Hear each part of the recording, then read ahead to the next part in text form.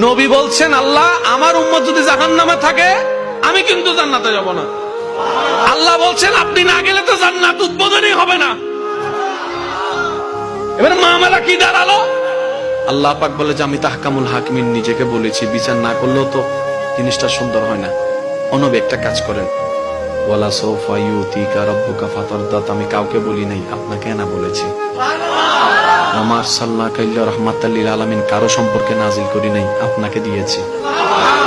ওয়ালাল আখিরাতু খায়রুল লাকা মিনাল উলা, কাউকে বলি নাই, আপনাকে বলেছি। আর আমি আল্লাহ ভালো করে জানি আপনি হচ্ছেন উম্মতের দরদী নবী।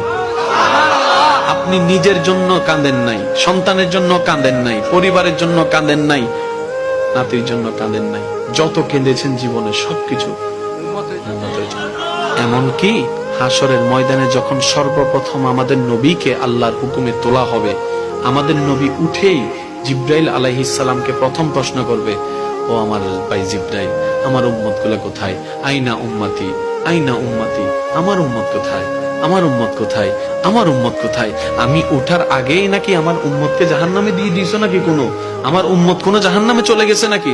জিব্রাইল বলবে, ইয়া রাসূলুল্লাহ, প্রথমেই আপনাকে তোলা হয়েছে, এখন আর কাউকে তোলা হয় নাই, প্রথমেই আপনি উঠেছেন।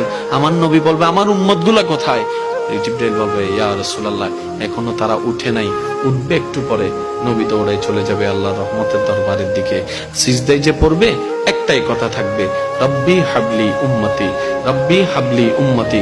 একটু মনোযোগ চাইবো আমি আশিকদের, রব্বি হাবলি উম্মতি, ও আল্লাহ আমার উম্মত গুলাকে আমাকে দিয়ে দাও। তো উম্মতের লিস্টের ভিতরে তো আবু বকর সিদ্দিকের নামও আছে, উম্মতের লিস্টের ভিতরে তো ফারুকে আজমের নামও আছে, উম্মতের লিস্টের ভিতরে তো সাহাবায়ে কেরাম আজমাইনের নাম আছে, উম্মতের লিস্টের ভিতরে তো আহলে বাইতের নাম আছে, উম্মতের লিস্টের ভিতরে তো তাবি আল্লাহর ওলিদের জান্নাতীদের নাম আছে।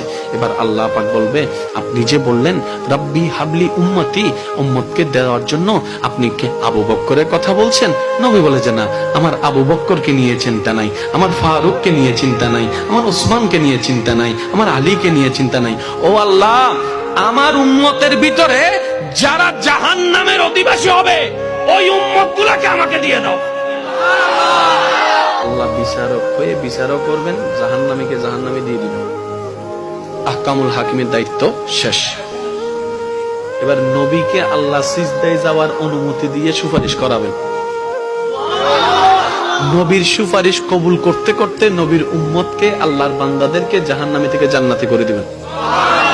জগৎ জিজ্ঞেস করবে, মওলা জাহান্নামী আবার জান্নাতি হয় কেমনে?